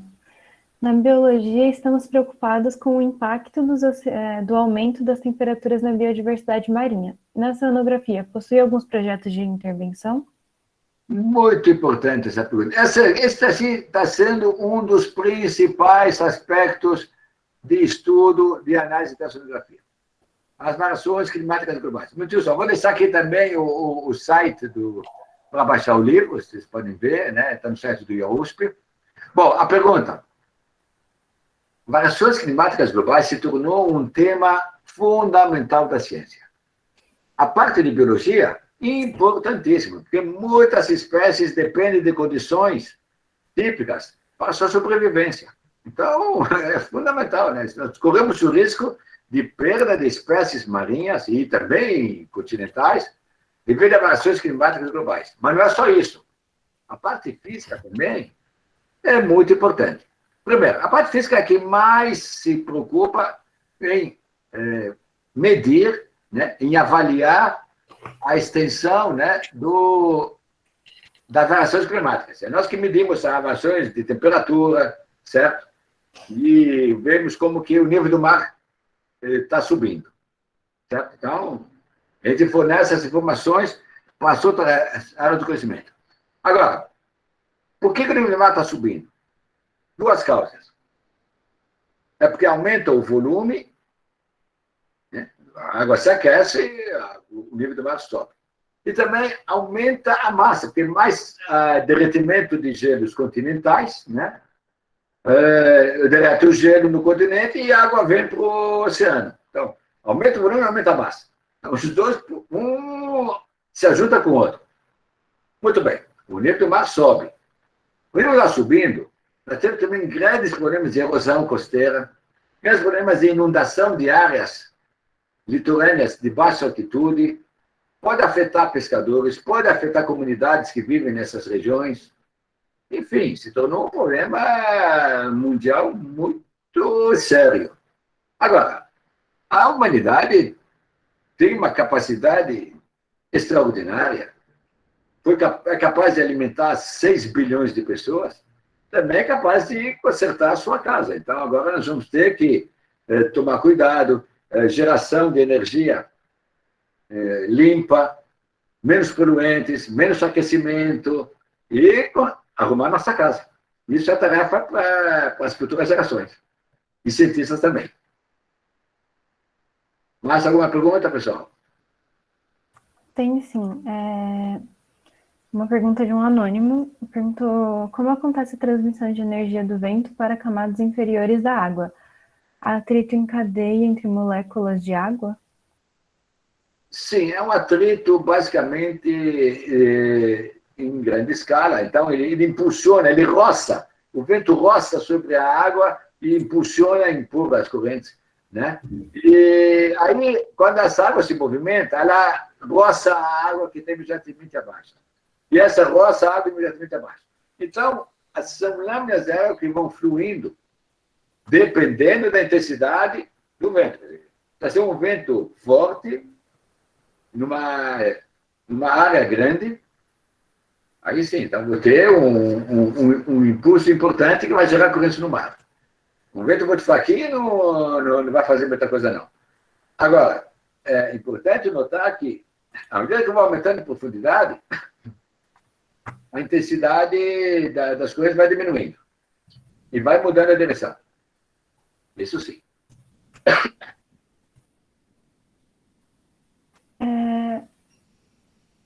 Outra pergunta aqui, anônima.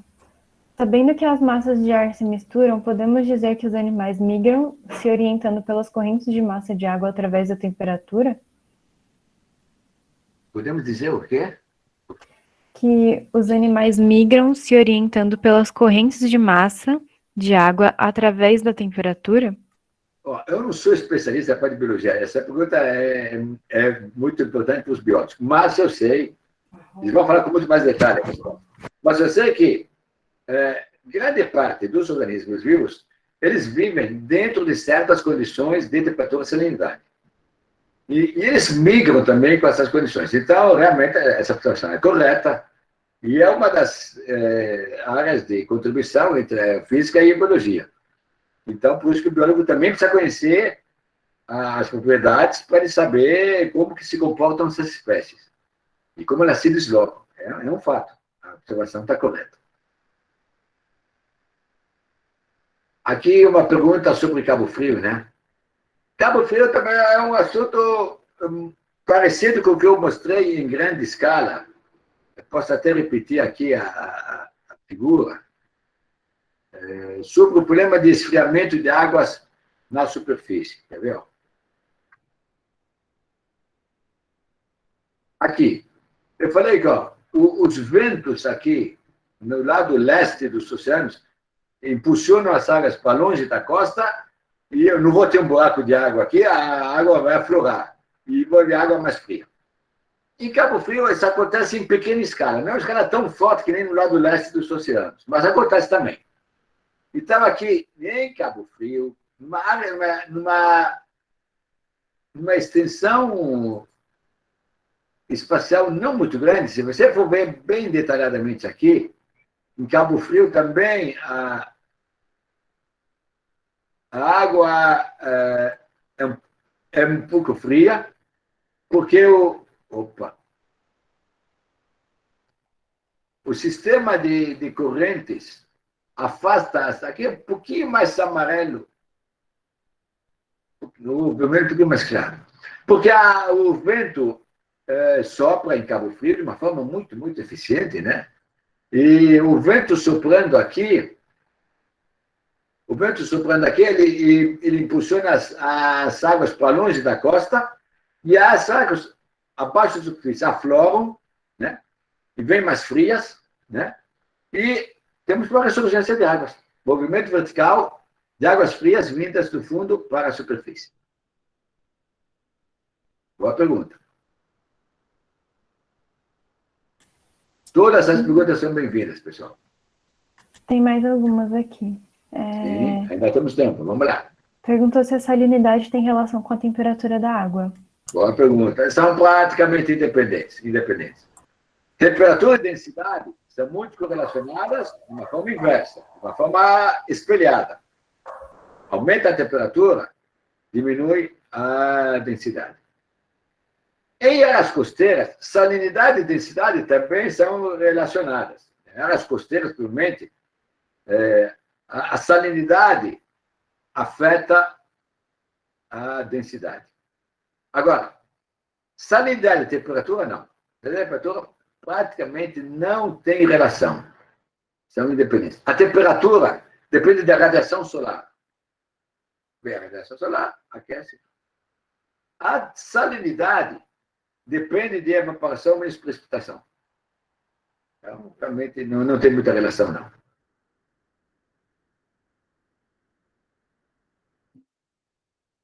Tem mais. Tem muitas perguntas aqui, professor. Acho que não vai dar tempo, inclusive. Vamos lá. O que acontece aos parâmetros físicos quando se analisa os locais de encontro de massas de água? São aleatórios ou são zonas especiais com características especiais? Muito boa pergunta. São zonas especiais com características especiais. Vamos ver aqui aquela figura que eu mostrei do Atlântico Sul, né? Meio minuto, deixa eu colocar aqui. Aquela confluência Brasil-Malvinas. Essa confluência, esse choque frontal de duas correntes, e o que mais interessante é que são duas massas d'água de características muito diferentes, né? A corrente do Brasil, ela traz águas quentes, salinas. A corrente das Malvinas, ela traz águas frias e poucas salinas. E elas se encontram aqui. E aí é uma área de variação de espécies também muito, muito grande. Quer dizer, a temperatura e a salinidade variam de uma forma muito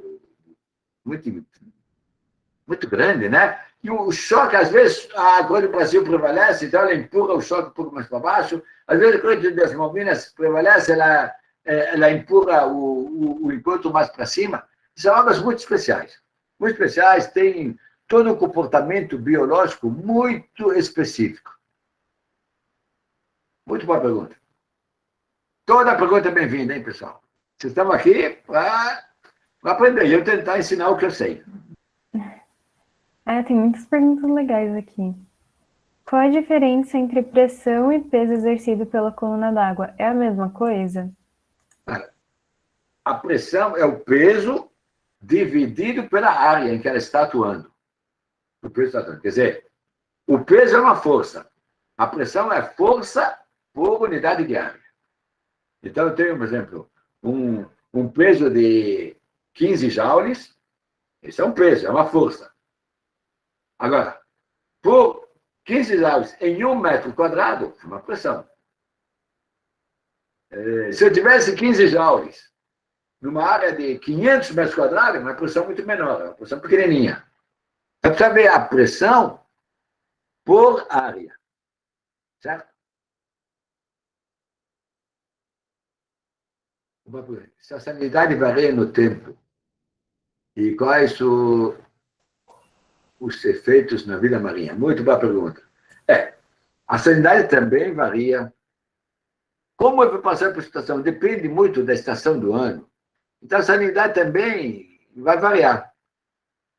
Em área costeira, a vazão de rio também varia. Quer dizer, no verão, em geral, chove muito. Essas vezes que chove muito, passa às vezes no inverno, mas quando chove muito, a vazão do rio aumenta muito e vem água doce para o mar, e afeta a salinidade. Então, a salinidade varia muito. Né? E na parte oceânica, com evaporação e precipitação, na parte costeira, com a vazão do rio. E isso afeta muito a vida marinha, com certeza.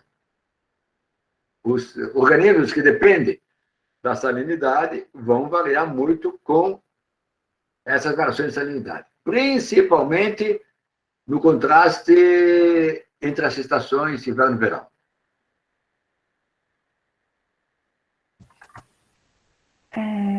Tem mais perguntas aqui. Alguém perguntou se o diagrama TS se altera com o tempo ou ele se mantém. Sim, boa pergunta, muito boa pergunta.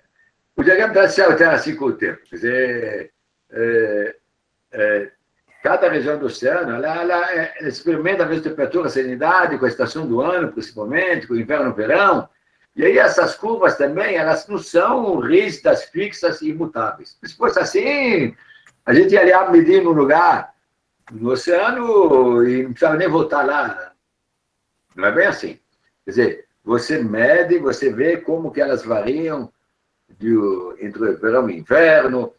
E, às vezes, de um ano para o outro, um verão é mais ameno, o inverno é mais intenso.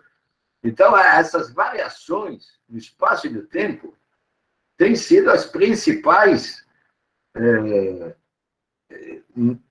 motivos de estudo da oceanografia moderna. Quer dizer, essas questões que eu mostrei para vocês, calma, hoje é a primeira aula, uma aula muito inicial, muito básica, estou mostrando os valores típicos, as questões típicas. Agora, o que nos interessa, como cientistas, é ver como que essas propriedades variam inverno para verão, área profunda para área costeira, de acordo com eventos meteorológicos específicos, El Niño, Laninha, frentes frias e assim por diante. Aí que é o nosso trabalho. Certo? Muito boas perguntas, muito bem-vindas. Tem mais algumas aqui. Como as correntes marítimas influenciam no surgimento de tsunamis? Boa pergunta. Não, não influencia, não. Pelo contrário, os tsunamis afetam muito as ondas e as correntes marítimas. Os tsunamis são basicamente terremotos, maremotos, né? Movimentos das placas tectônicas. E as coisas não afetam o tsunami, muito pelo contrário. Esses movimentos, placas tectônicas, esses maremotos, terremotos, esses sim são os que afetam toda a dinâmica das águas na forma de ondas e na forma de correntes. E outra pergunta, por que na região leste dos oceanos a salinidade é menor? Salinidade é menor? Não necessariamente. Deixa eu ver, deixa eu ver aqui. Esse é um pouco o detalhe do detalhe, né? Vamos lá. Aqui eu mostrei essa temperatura e depois passei para a salinidade, né? E aqui, bom, aqui deu uma salinidade menor na parte leste, realmente na parte da África, né? Mas aqui na América do Norte deu uma salinidade menor na parte oeste, na parte da América, né? Quer dizer, o leste e o oeste não afeta muito a salinidade, depende de outros aspectos. Aqui, veja bem, no Atlântico Sul, olha, a parte que é vizinha ao nordeste do Brasil, muito calor, muita evaporação, salinidade aumenta.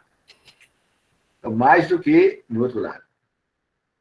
E no Atlântico Norte, aqui, a parte que é vizinha do Mediterrâneo, que recebe água do Mediterrâneo, né? O Mediterrâneo evapora muito, muito, e aí a salinidade aumenta e ela adentra o Atlântico Norte. Então, esse leste-oeste depende mesmo do evaporação na precipitação. Isso é que define, certo?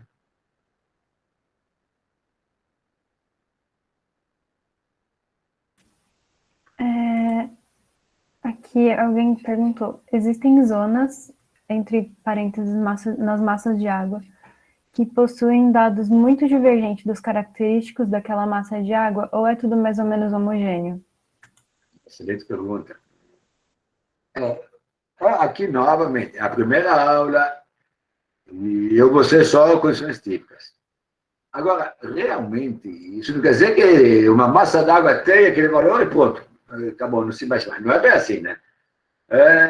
Então, mesmo numa massa d'água, às vezes tem alguns fenômenos que vão afetar os valores de temperatura e salinidade, mesmo numa escala menor. Então, tem variações, sim. Por exemplo, variações atmosféricas, por exemplo, o vento, né? A radiação solar. Então, elas vão afetar, de certa forma, as propriedades da massa d'água. Ainda assim, quer dizer, olha, como aqui é uma aula só inicial, eu não vi muito detalhe do detalhe. vamos ver o teste de uma estação. Né? Teste, está aqui. Esses são os testes.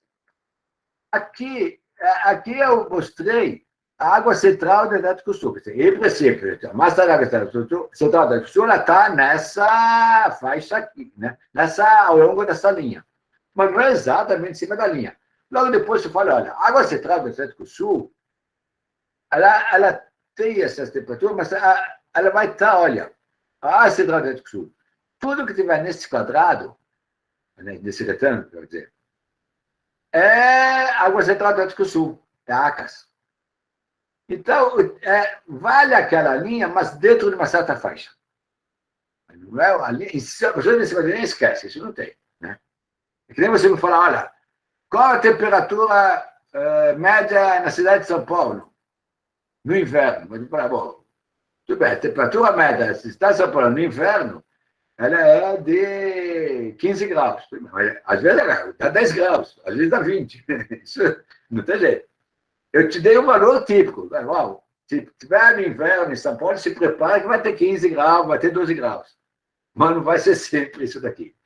No oceano é a mesma coisa. Tá bom? Tá certo.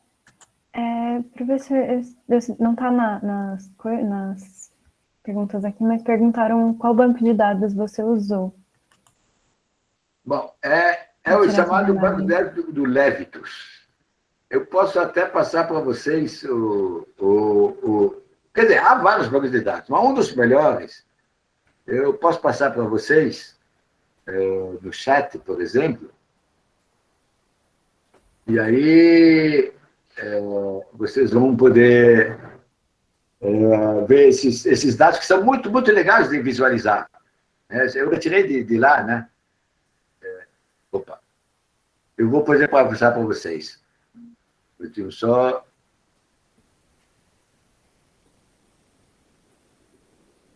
meio minuto.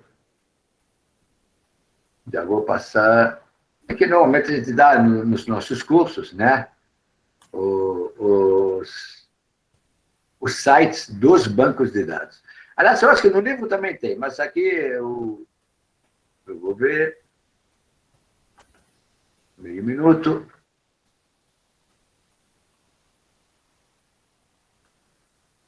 Já está carregando aqui.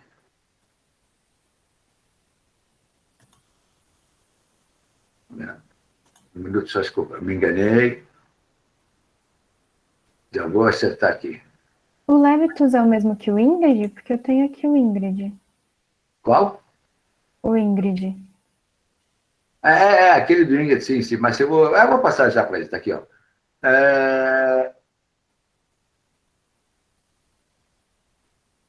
Está aqui, se vocês verem esses sites aqui que eu mostro, na verdade é um site, né, uma sequência. Eu vou passar aqui no chat para vocês. Aí vocês... na Universidade de Colômbia, ela tem... É o Levitus. O Levitus, vocês vão achar muito, muito legal.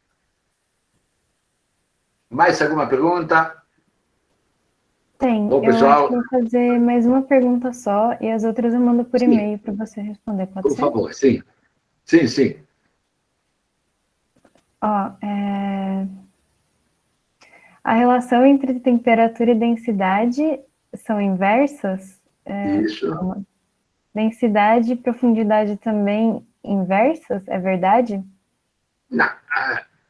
Normalmente, olha, a temperatura diminui com a profundidade. Vai indo para o fundo do mar, a temperatura baixa.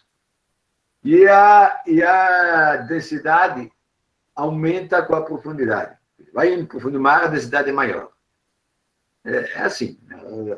Você vai ter água mais quente na superfície e mais fria no fundo. Água menos densa na superfície e água mais densa no fundo. Isso é o normal, né? Dificilmente você vai ter uma água muito fria na superfície, mais fria do que no fundo. E quase impossível você ter água muito densa na superfície. Ela vai afundar. Se tiver muito densa na superfície, ela vai afundar. E vai recuperar o equilíbrio indo para o fundo. Bom, pessoal, agora vocês podem aproveitar uns 5 minutinhos de intervalo. A a professora Sueli já vai entrar em ação, tá bom? Tá certo. Professor, eu te mando as perguntas por e-mail, Sim, tá por favor, certo? pode mandar por e-mail. Muito obrigado a todos pela atenção, pelo empenho. A gente fica muito contente que vocês realmente participem, certo? E o curso não acaba na hora, não. Quem quiser depois conversar com a gente, mandar e-mail, são muito bem-vindos, certo? Eu vou me despedindo, turma, tá bom? A Sueli já chegou aí, vou pedir para ela só 5 minutinhos de atraso, porque a minha aula acabou atrasando. Tive alguns problemas de conexão, tá bom, Sueli? Mas só 2 minutos, só para eu tomar um copinho d'água, tá bom? Fica à vontade, professor. Se quiser Obrigado. mais tempo, tudo bem. Não, eu já acabei. Dei aula direta agora. Tá, bom dia. Obrigado, Bom Sueli. dia, Obrigado, Maria. professora. Muito obrigada, Obrigado, professor, alunos. pela aula. Até a próxima. Então, tudo de Até bom. a Até a próxima. próxima. Bom dia, professora. Bom dia. É a Maria que está falando? Sim, sou eu. Tudo bem?